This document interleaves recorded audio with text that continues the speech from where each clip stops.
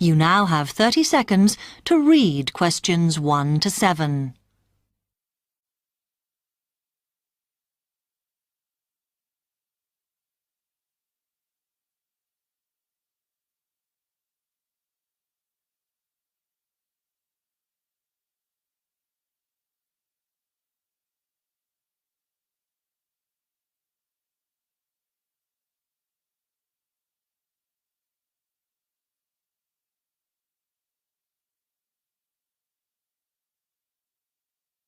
Hi, I've come to ask about the English courses you run for international students. Oh, right. I assume you're a student at the university. Yes, I've just started. Okay. Well, we've got a range of courses. It depends what you think you need and how much. Oh. We can't run everything at the same time, though. So, for example, in this first term, we are just doing a writing course. I see. That sounds quite useful. What else is there? Some of the courses only run for single terms, and we tend to focus on what students have difficulty with. That means we don't usually do speaking courses, but next term you can do listening. Oh. That'll help you with lectures and things. Our provision is all based on what the majority of our international students need. So is everything term-based? There's nothing that you run all year? Well, let's have a look. Yes, there is a class for vocabulary and grammar every term. That's for everybody, but it's split into 3 or 4 levels. And what about in the holidays? We don't do anything during the winter or spring break. Oh. But over the summer, there's just general classes because that's what most students want. A bit of everything. Okay, quite a variety then. I'll have a think about what I really need because I haven't got much time. Do you have about 20 students in each class, the same as our science seminars? We try to keep it at about 12 and certainly not more than 15. It's important for language classes. They're very different from your normal courses. Right. And how much are the classes? The rate varies depending on how many hours you attend, but you shouldn't have to pay. Usually, the department will fund you and even sort out which classes you need. Brilliant. It would be quite useful for me to have a certificate to take back to my country. Do you put us in for exams? Yes, but we don't like them to clash with your main course exams in June, so we run them in May. Oh. That leaves you time for revision. Do I have to sign up for something now? I'm not quite sure what I want. Classes haven't quite started yet, so you've got time to decide what you do. All we insist is that you sign up before week 5. That gives you about 3 weeks to decide. Okay. You now have 15 seconds to read questions 8 to 10.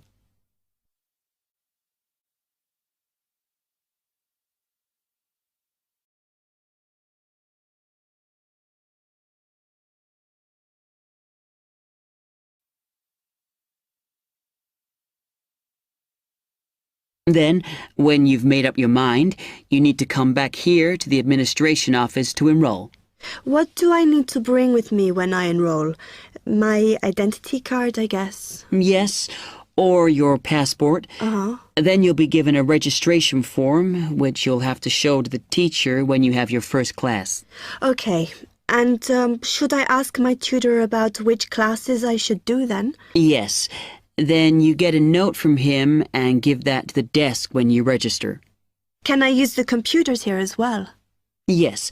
You'll be given a password when you go to your first class. So remember to bring a disk with you to save your work on, as you won't be allowed to save it on the hard drive. Okay. Will I need anything else?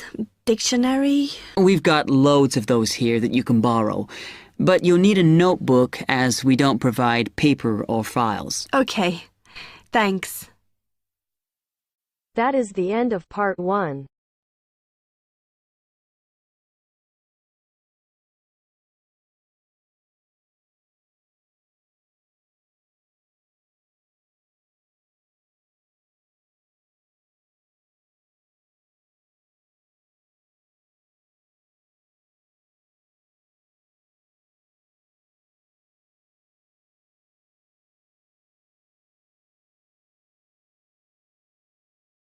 Now turn to Section 2.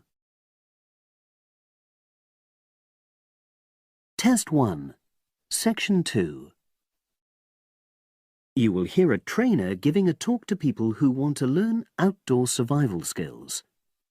First, you have some time to look at questions 11 to 16.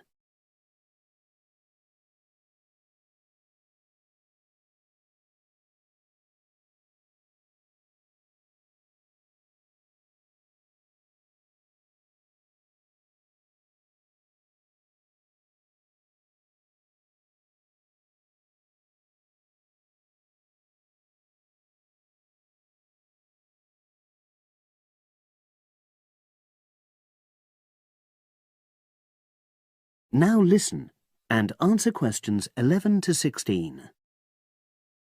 Good morning, everyone, and welcome to our outdoor survival program. As you know, this week you'll be learning some of the basic information and skills you need to look after yourself independently in the outdoors. These first 2 days will be based here in the classroom, and then we'll be taking a camping trip to put into practice some of the things you've learned. I'm going to start off with the topic of food. And to start with, I'll describe just 2 methods which we'll be putting into practice at our camp, and which make use of natural resources, the steam pit and the bamboo pot. I've got 2 posters here to make things clearer, and I'll start with the steam pit here. To make this, you'll need some dry sticks, some grass, some loose earth, and some stones. And for this week only, some matches. The first thing you do is to dig a shallow pit in the place you've chosen to do your cooking. Let's say about 25 centimeters deep and 30 centimeters wide. Your sticks have to be a bit wider than the pit because you have to put a line of them along the top from one end of the pit to the other. Before setting light to these, you take some large stones and arrange them on top. Then you start the fire and wait till the wooden platform burns through and the stones fall into the pit. At this point, brush away any pieces of hot ash from the stones. You can use a handful of grass, and then take another stick and push it down into the center of the pit, between the stones. After that, you cover the whole pit with a thick layer of grass. And then you can put your food on it, wrapped in more pieces of grass, like parcels. Finally, cover the whole thing with earth. You have to pat it firmly to seal the pit. Then all you have to do is take the stick out and pour a bit of water into the opening that it leaves. It should take about 4 hours for your food to cook, as it cooks slowly in the steam that's created inside the pit. Now you have some time to look at questions 17 to 20.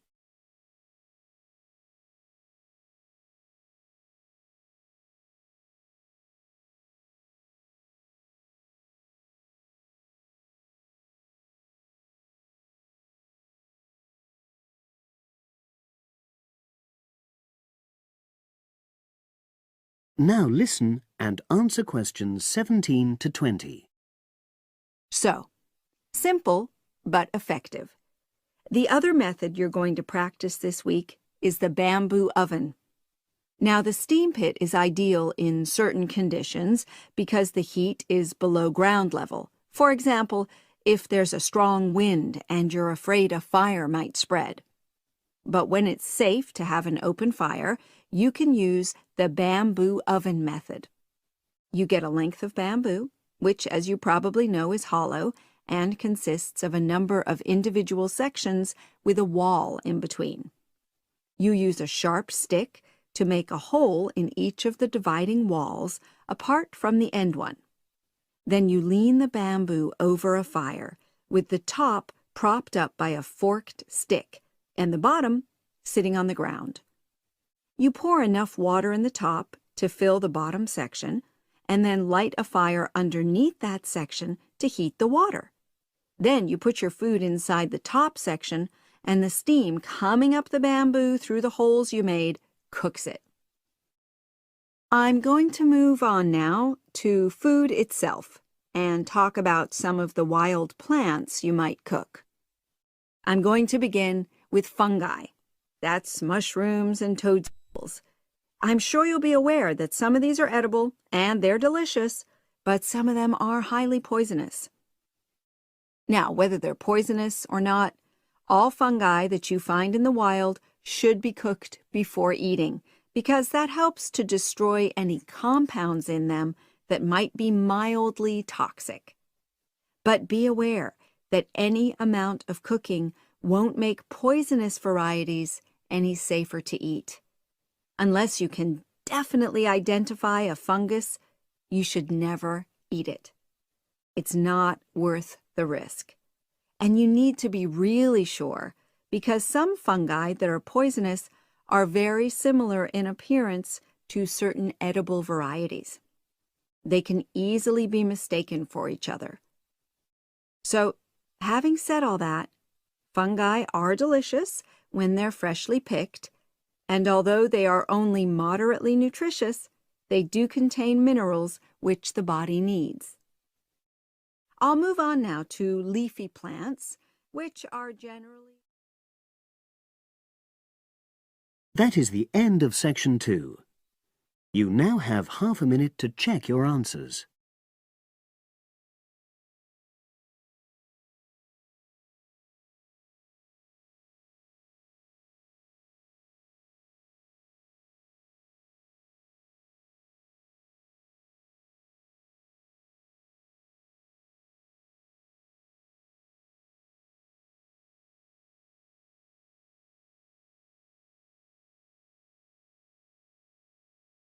Now turns to part 3.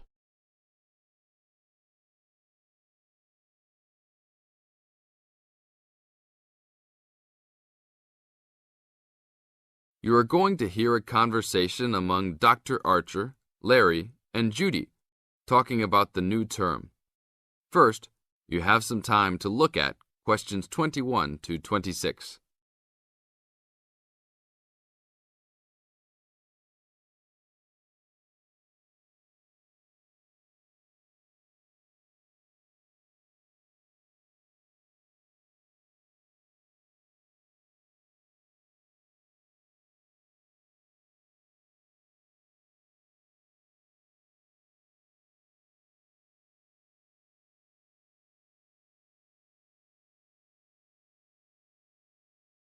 Now listen carefully to the first part of the conversation and complete the notes and table below. Okay, everybody, welcome back to the new term. I hope you've all had a good break and that you're keen to start on your research project.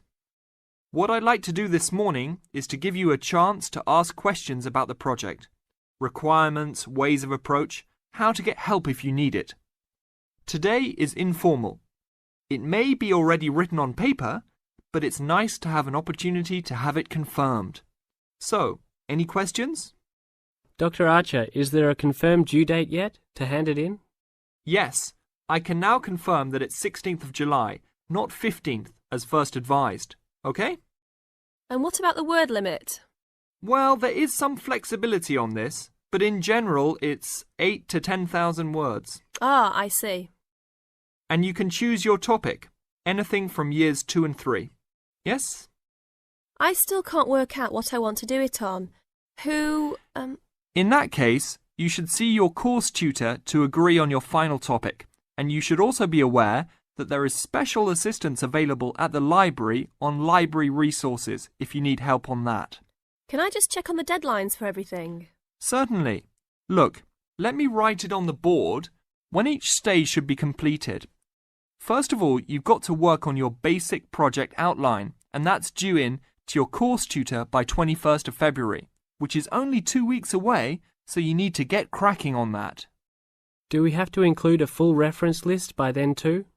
No, your reference list is due on 6th of April, which is 1 week later, so you have time to discuss this with your tutor. And when should we be doing the research? Well, that's over a 1-month period, essentially April to May. And the write-up? Well, you need to do quite a bit of research before you get going on your writing. So that's really May to July, with the due date for handing in on the 16th. Any more questions? Now look at questions 27 to 30.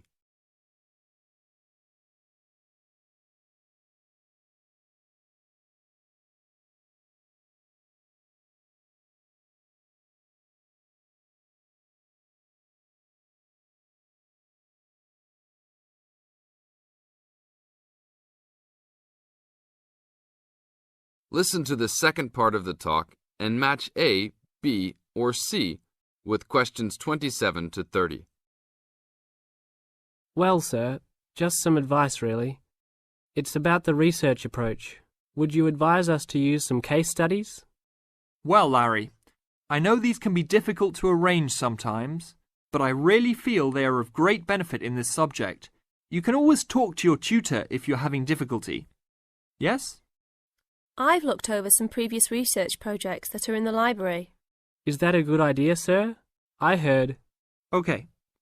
I don't think you should go through them in detail, especially at this early stage, or you might end up being influenced by them more than you realize.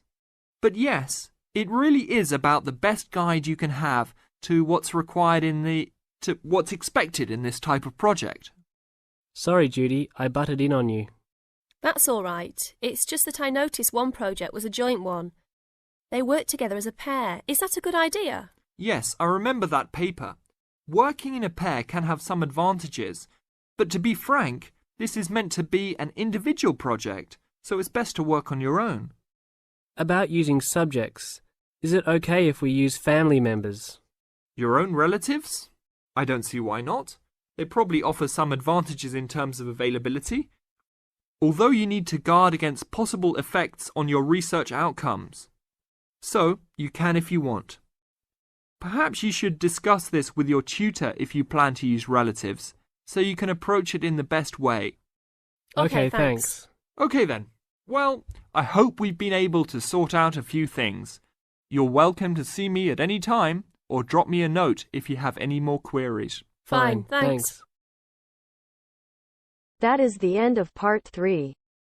Now you have half a minute to check your answers.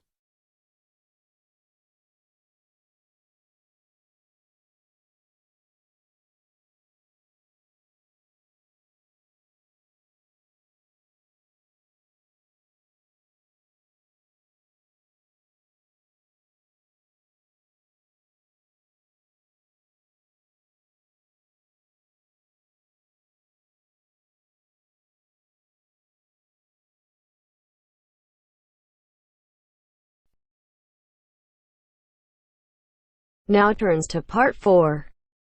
Part 4. You'll hear a teacher talking about several British art galleries.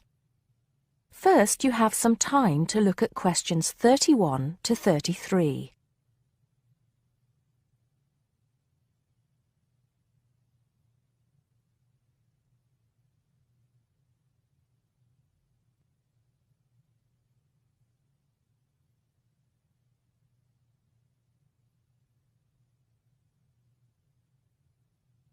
Now listen carefully and answer questions 31 to 33. Good afternoon. Welcome to the first class of V100 Art and History. The objectives of the course, as you will have seen if you've taken a look at the syllabus, include familiarizing yourselves with the vocabulary and language of art, learning about the basic elements of art and design, and finally, discussing historical periods as they pertain to art. The course will also give you the opportunity to visit some of the many galleries and museums that Britain has to offer. So, having said that, I'd like to spend the rest of today's class talking about 4 of the more important galleries that we will be visiting in the coming year. As most of you already know, or at least I hope most of you know, there are 4 Tate galleries in all. To begin, I'd like to tell you a little bit about the Tate Modern.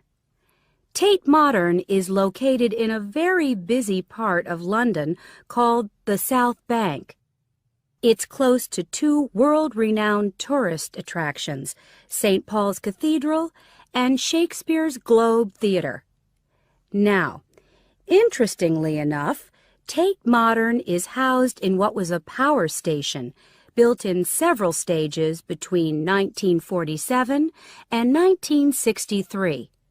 It was closed down in 1981 and reopened as a gallery in the year 2000. Tate Modern consists of 5 levels, with the Tate collection being shown on the 3rd and 5th levels. On level 2, the works of contemporary artists are exhibited, while level 4 is used for holding large temporary exhibitions.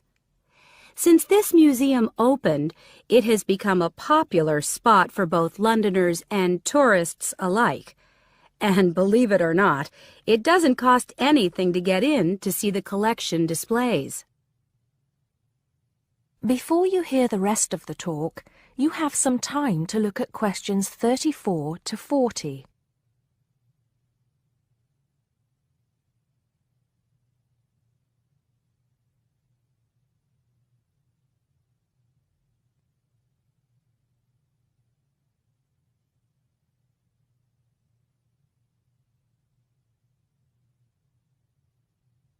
Now listen and answer questions 34 to 40. Now, the second gallery I'd like to talk about is Tate St. Ives, which is in Cornwall. It was built on the site of a gasworks, and it overlooks Porthmeor Beach. Tate St. Ives is housed in a 3-story building that was designed by the architects Evans and Shalliff. It was established in 1993, 7 years before Tate Modern was opened, and the gallery exhibits the works of modern British artists, including members of the St. Ives School, a group of artists living and working in the area from the 30s onwards. In later lectures, we'll be looking at the work of some of the artists who belong to that group and the ways in which they influenced each other. Okay, am I going too fast for any of you? No? Good. Next, I want to talk about Tate Britain, which is a gorgeous gallery situated right in the heart of Westminster. Tate Britain was the first of the 4 Tate galleries to open, and it was established in 1897. It was built on the site of an old prison, and when it first opened its doors, it was called the National Gallery of British Art. Later, it became known as the Tate Gallery, after the man who founded it, Sir Henry Tate. During its lifetime, Tate Britain has been damaged twice, once by floodwaters from the River Thames, and once by bombings during World War II. This gallery has an interesting range of exhibitions of historic and modern art from 1500 up to the present day. Now, the last gallery I'd like to tell you about is called Tate Liverpool. It's not hard to figure out where this gallery is located, is it?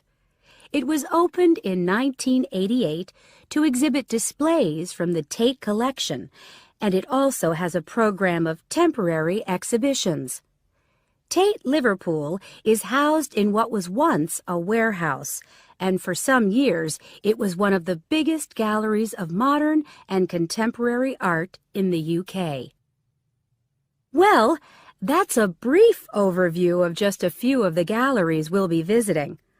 I'd like now to look in a little more detail at what you can expect to see in each of these galleries, starting with Tate Britain.